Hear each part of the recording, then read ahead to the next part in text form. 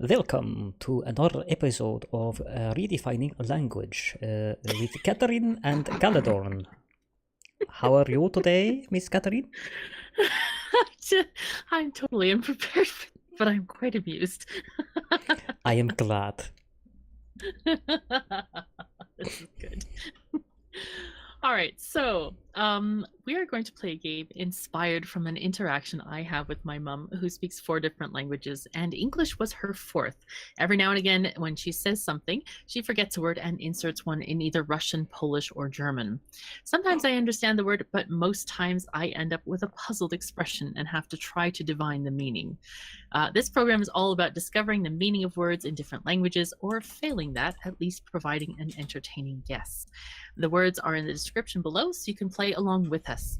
All of this program is improvisation. I haven't seen the word list and do not know what Caledorn will hit me with. Indeed. Are you going for a Draculian accent? The accent will probably change throughout the episode. I have no doubt it will. Well, I mean, it must, because we have different words to say today, right? Yes, all different languages. Yes, as per usual. Yes, we have gotten so many suggested words from you guys. We really appreciate that. It's definitely broadened the language numbers that we're looking at, and or the variety that we have. So we really appreciate that. Thanks so much for those things. And we have. Oh, did we talk about the new channel in the last episode? I do not remember. Okay. So we created a new channel in Discord, which is linked in the description below, where you can submit words. Please don't send them to Caledorn, because they fill up his inbox and papers start flying everywhere. Things happen, and it's like a sea of paper in his office, and he has to surf to his microphone every time he wants to sit down. It's very unpleasant. So please do send your words in the Discord. There's a direct channel link in the description below if you have a word to suggest. So yes. Yes. I feel like that word's going to become very popular in this particular episode. Yes. Yes. Well, shall we start then? If you are prepared. Are you ready? I believe so. I must just listen very carefully to this word first. So please give me a second or two. I will mute my microphone. I shall. Okay. We're still here. Yes. So the word is German, and it is Hauptbahnhof. Hauptbahnhof. Ja. Right. Ja. Okay. Or should I say da? Yes, that might be their choice. Da. Hauptbahnhof. This sounds very much like I should know it.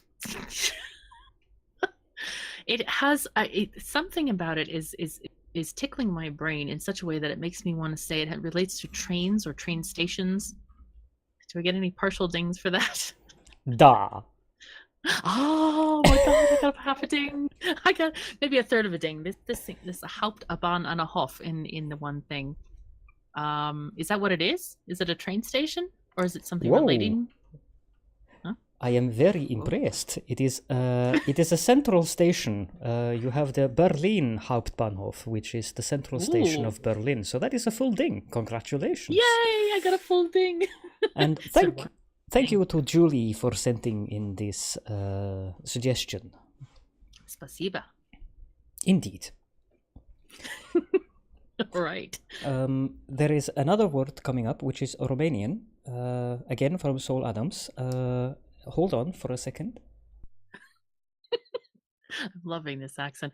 I am waiting to see if he can keep it up. Program. We will see. And then Caledorn will finally get a ding on the program. Somn. Somn. Somn. Somn. Yes, da. I think Soul might have been to France. But yeah, and spent a little time by the river. Somn. I would guess it means something to do with sleep or slumber. Very good. You have done it correctly again. Well, hello. Indeed. Yes, we have the word in English, somnambulant, which is relating to sleep. It means to sleep. To sleep. Very Yes. nice. Yes. Now, let us move on to the next word, shall we? Oh, we shall. Just hold on, please. I'm holding the line. It'll be fine.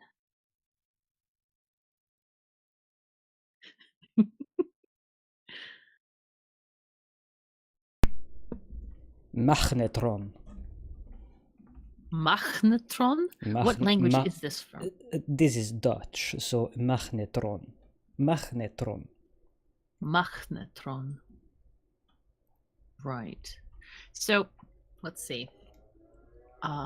Tron, of course, is sort of a superhero that is made out of machine parts. Kind of like Transformer, you know, TV show. Did you ever have things like that? A cartoon show, the Transformers? We may be in Norway, but we are not in on the moon. So yes, of course we have things like that on our channels as well. We didn't know that. We over here didn't have Norwegian programs, alas. So I was just asking.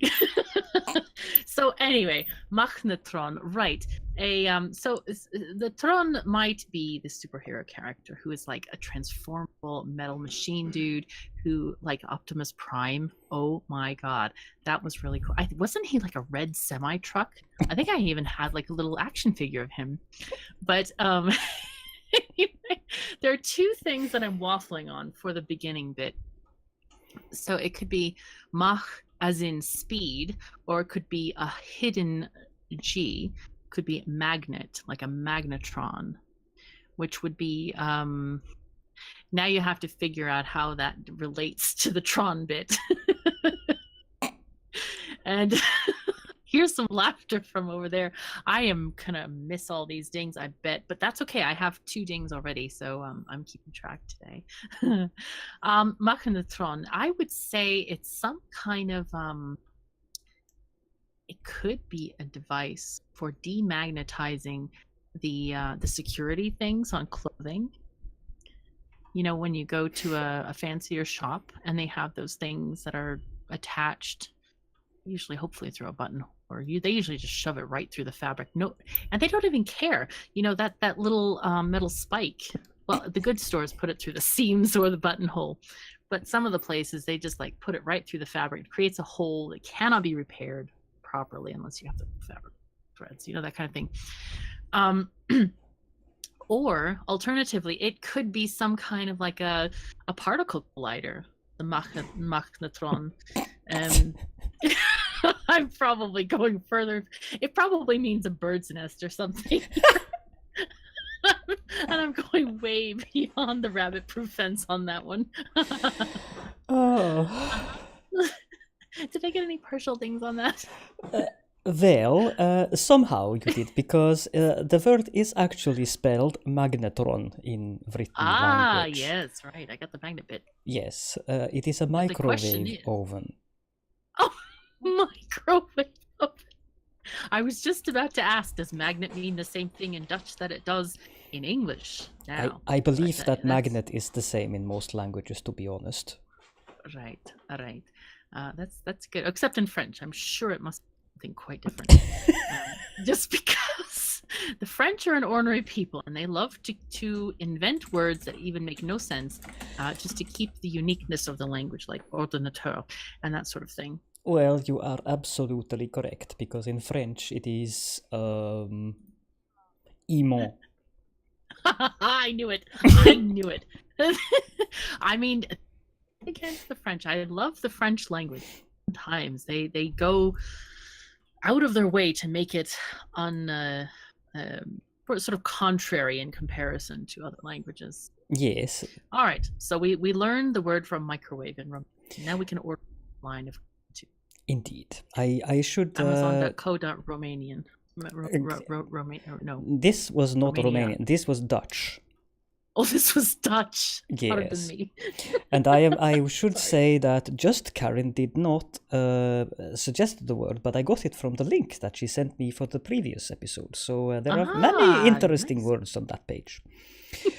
Oh my god. Moving right along, we will go to the Norwegian language and we will have the word Pappeske. Can you say that again? Pappeske. With Pappeske. Yes. Can you say it with a Russian accent? Pappeske. Pappeske. I do not think that is correct. You're very wrong. Well, perhaps Norwegians living in Russian would understand that very well, because it was a very excellent pronunciation in the Russian language, or in the Russian accent with the Norwegian language. Pappeske. Right. No, you are doing it in the Russian accent. It is Pappeske. I was doing it in Italian. Pappeske. Yeah? Yes. Is fish? Okay. Oh, right. See, I just have to say the word a couple times so it kind of gets like settled into my brain, kind of like going like a seed, so that I can get a proper translation for you. Mm-hmm. So, we all know that in Proto-Indo-European, the words for that's a tongue twister. Words, yes, it is. Sorry, that is a tongue twister. Ah, you broke your accent. No, it's okay though. You recovered. Your ding is still on the line here.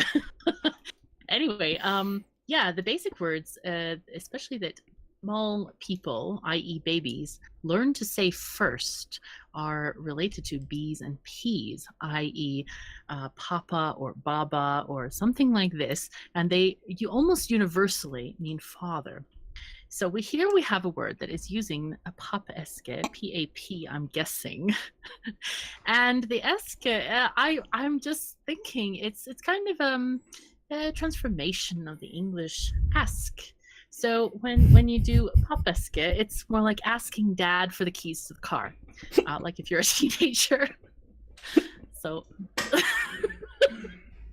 that would be that's what I'm gonna go with. Pappeske. Yeah, that's the action of asking dad for, like when you want to go out to a movie. Hey dad, can I have $20 or 20 euros, depending on where you from, or can I have the keys to the car? We're gonna go hang out somewhere that's pretty naughty, whatever. So that's what I'm going with. Or it could be a hat for a bird, either way. It sounds like a light and fluffy word. Why not? A very big thank you to Arakhel for giving us this excellent word, which is a cardboard box. Cardboard box. Yes. Oh, yes. Apparently my root words have failed me yet. So eske is the box, or the pop is the box? Eske is the box. Yes, I have to and remember pop that, because is cardboard. Yes. Because if my cats ever travel to Norway, I'm going to need to ask for lots of eskes, because they need boxes to sit in. It's very important. Yes. How does that work in Norwegian? Do you use s's to indicate plurality, or do you do other words, like some words do e at the end, like a eski or eskes, or how does it work? Well, in Norwegian we have gendered words, so in this particular instance the plural would be esker, with an R on the end, because it is a non-gendered word. No, it is not. It is actually a male word, which can also be used as a female word. That is one gender confused word, I have to Yes, say. it is very gender confused. Poor thing. Poor thing. Yes. Oh. The poor word. Right. It is very difficult. Poor word. I do not know why genders snuck into language. It is very confusing for many people to remember these things. I prefer the English way of doing that, to be honest. all the various ways of bending the words and all the various endings to the words can be very confusing for others, especially if they are trying to learn these languages with the gendered words. Indeed. And So, you said to me a long time ago that, or not that long ago, that gendered words change, or some may be male, yes. feminine, gendered in different parts of Norway, and they might be male in other parts. Yes, in Bergen, for instance, there is no such thing as a female gendered word. They just have male or non-gendered words, which is quite amusing to other parts of the country. I'm sure it does, but how do the words reproduce in that case? Do they ever have new words coming out, or are they kind of stuck like in the medieval period or something? Moving right along after that, and we are going to German.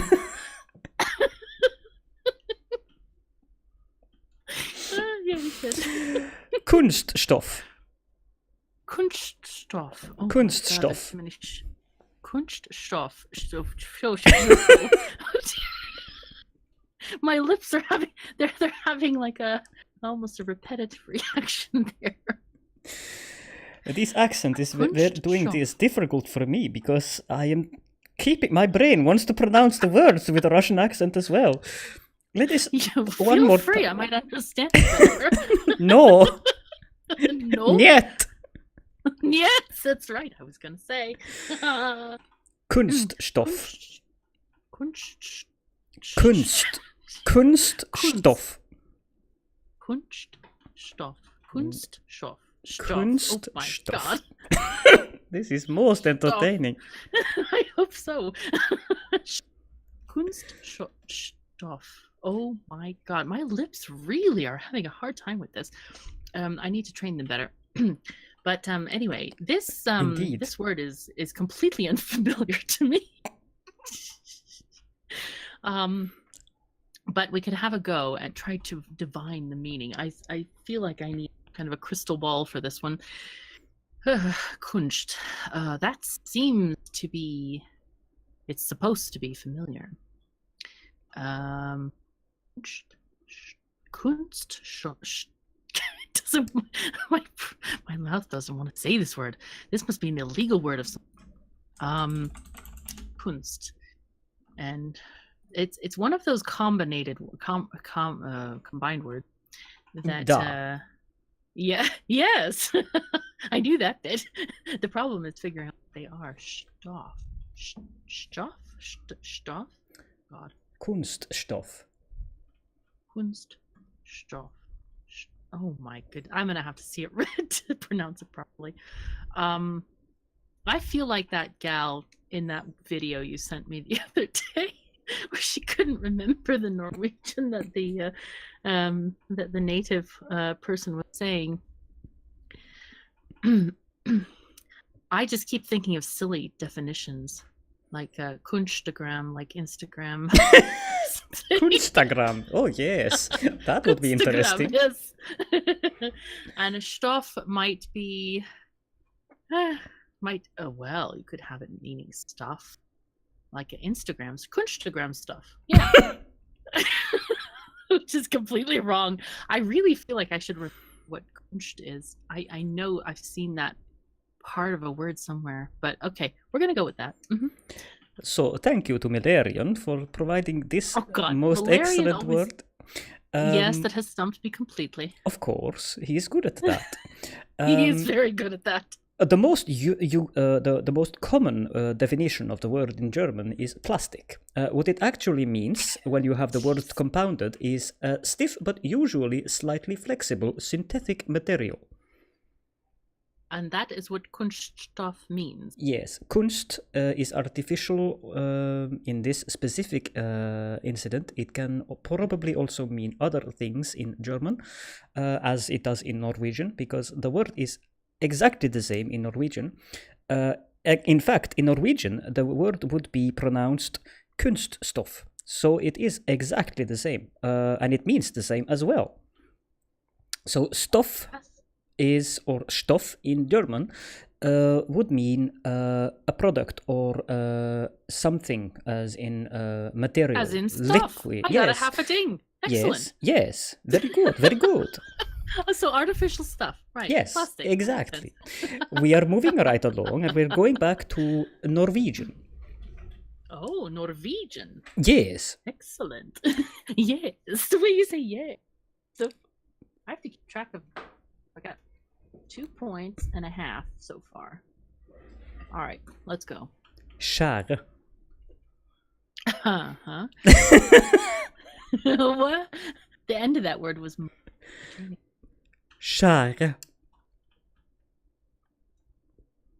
Right. Skjære. Oh, very nice. Thank you. This word sounds very. You're gonna laugh at this. It sounds very silky and smooth, like the holy silky dogs we referenced last episode. I think that this word is a hairstyle for those big, shaggy, silky dogs, the ones with the really long hair.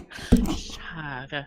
It's like, the longer the hair, the better, and you could just see the fuzziness gleaming. It's not really even fuzzy; it's silky, and you can see these dogs like parading around at dog shows, and the skjære is just the hairstyle for them.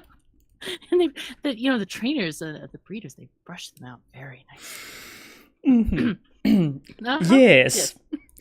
So, yes. Thank you for this funny word, Eoistana. It has, of course, as per usual, when it is in the Norwegian, more than one meaning. It can mean either a magpie, or it can mean to cut something. Yes. Well, that's what I was indicating with the hairstyle for the dogs. Of course. Of course. That actually makes sense because it could relate to the English shear, as in cutting things. Yes, very good.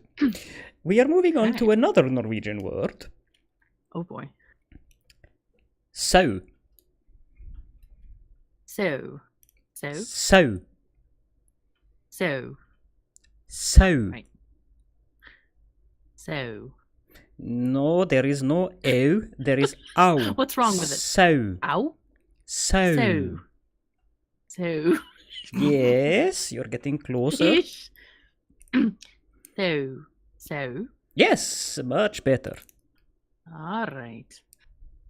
Right. Well, there's all this fancy pronunciation for a pig, clearly.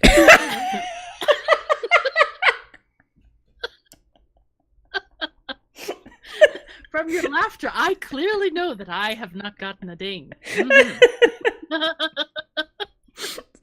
So this was suggested in the comments of my YouTube video, which I am most happy that you probably haven't read. It was suggested by Per Trygve, and it means a sheep. Oh, sheep! That is why I laughed. Yes. Well, I've never learned the word for sheep. I know the word for meese and moose, both of which are completely confusing.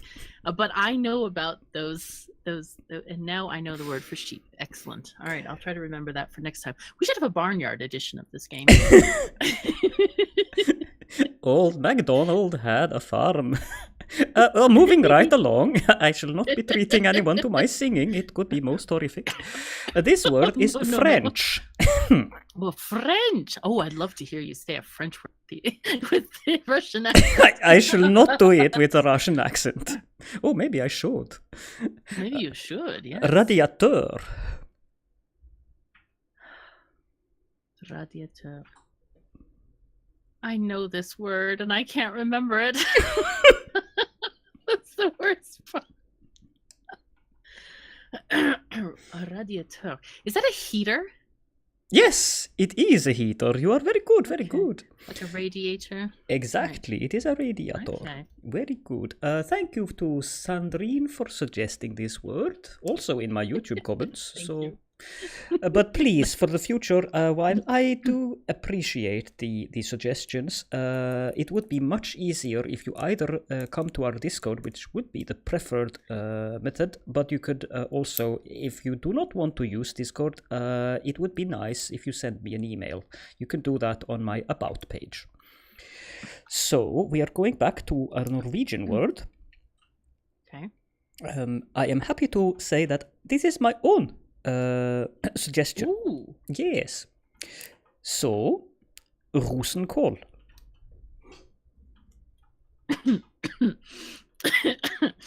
Rosenkål. Rosenkål. Rosenkål. Very good. Very close. Well, I think we've had much discussion about Rus. And I don't remember if you said that it means red, but I know there's a lot of red associated with it. The kål is I'm tempted to say that there's a department store in America called Kohl's. So they don't only sell red things, but they do sell some things that are red. Mm-hmm. So, but I know that you probably have different stores over the way. So I'm going to have to guess that kål means not a department store brand name. Don't joke.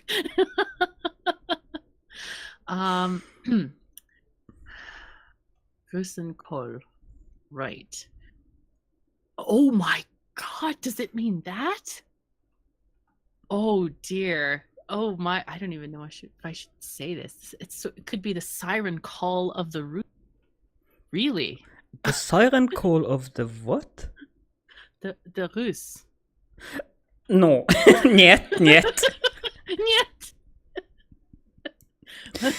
But we will go with that. The suggestion, since we are running out of time. Okay. Colorblind people might not enjoy your. They could. Colorblind people might actually see these as red, which would be interesting, seeing them as red. Okay. So we are talking about Brussels sprouts. Brussels sprouts. Oh yes. I would never have guessed, and I didn't guess. No, see, I predicted my own non-guessing.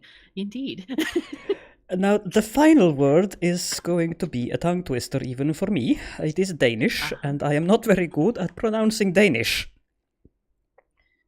You are not Danish? You cut out there for a moment. I am not very good at pronouncing Danish. It is most difficult for Norwegians to pronounce Danish. Okay, we have faith in you. We trust you. Flødeboller.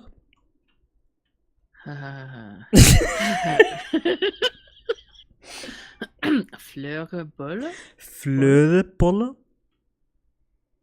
Flødeboller? It sounds half French, to be honest. Are you sure this is Danish? Flødeboller? Flødeboller? There isn't an R there. Fløde?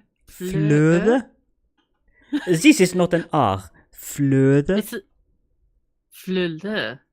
Right. There's a TH in there instead of an R. What is in the middle of that? Well, to me, it sounds like a bouquet. Clearly. Because, well, not really clearly. If there's no R, they couldn't be fleur. But a ball of flowers would be something like a bride would carry, like a bouquet. You know how they have those funny ones nowadays, that they make them into tiny little spheroid arrangements, which look very unnatural and quite curious, almost like a topiary sort of thing. Yes. But yes. But bolle, I would say it's a ball of some kind, unless it's a bowl, which is different than a ball. A fleur. It could be a flow kind of word. Of course, I don't know Danish, and I don't really speak Danish regularly at all. Really? It's quite difficult. Really, yes. I would never have guessed. Well, and the funny thing is all the Danes that I've ever known have never spoke Danish to me because I meet a lot of people on the internet and have interesting conversations with them, but no, they don't often say their words. So I have no. Yeah, we're gonna go with bouquet. Yes. Yes. I sense no dings on this one. No. No, not at all. So thank you to Raptor for suggesting this right before this episode was recorded, actually. Ooh. It is a chocolate-covered marshmallow treat, also known as a cream puff. A cream puff? How yes. Delightful. Yes. Occasionally served with coconut. Coconut.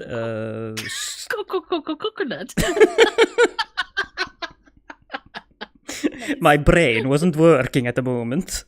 It's okay. It sounded like a delightful error. And that was the last word, so now I shall take my leave and I shall go out and I shall find some blood for my evening meal. Oh dear, things have escalated most severely. All right. Thank you everyone for joining us. Take care of yourselves and each other, and we'll see you next time. See you next time.